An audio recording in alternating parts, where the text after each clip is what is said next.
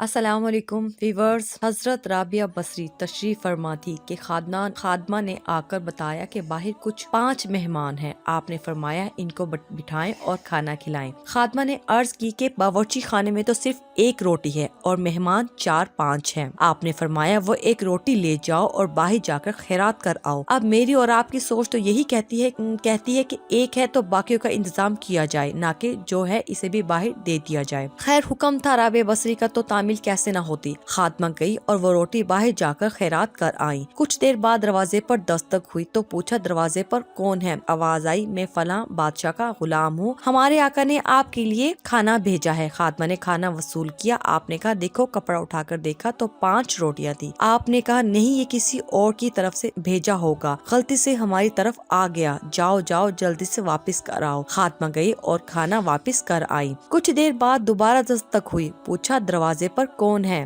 آواز آئی میں فلاں بادشاہ کا غلام ہوں اور میرے آقا نے آپ کے لیے کھانا بھیجا ہے۔ خادمہ نے کھانا وصول کیا، دیکھا تو 7 روٹیاں تھی۔ آپ نے کہا نہیں، یہ کسی اور کی طرف سے بھیجا ہوگا، غلطی سے ہماری طرف آ گیا، جاؤ واپس کر آؤ۔ خادمہ جلدی سے گئی اور کھانا واپس کر آئی۔ کچھ دیر بعد دوبارہ دستک ہوئی، پوچھا دروازے پر کون ہے؟ آواز آئی میں فلاں بادشاہ کا غلام ہوں، میرے آقا نے آپ کے لیے کھانا بھیجا ہے اور کہا ہے کہ آپ کو دے کر آنا ہے۔ خادمہ نے کھانا وصول کیا۔ آپ نے دیکھا 10 روٹیاں تھی۔ ہاں یہ ہمارا ہی کھانا ہے، جاؤ مہمانوں کو کھلا دو۔ آپ نے خادمہ کو مخاطب کرتے ہوئے کہا۔ خادمہ نے عرض کی کہ پہلے جو لوگ آ رہے تھے وہ بھی یہی کہہ رہے تھے کہ یہ کھانا آپ کا ہے، لیکن آپ نے واپس کر دیا۔ حضرت رابعہ بصری نے فرمایا میرا اللہ فرماتا ہے 1 نیکی کرو میں 10 کا ثواب دوں گا۔ میں نے اپنے اللہ سے کہا جب تک 1 کے بدلے 10 نہیں دے گا تب تک تیری بندی یہ کھانا نہیں لے گی۔ فرمایا گیا ہے کہ ایک ایسی امت ہوگی جو نیکی کا سوچے گی، فرشتے اس کی نیکی لکھ دیں گے، اور جب وہ نیکی کا کام کرے گی، وہ 1 نیکی کرے گی، میں 10 کا ثواب عطا کروں گا۔ ہمارے ویڈیو کو لائک کیجئے،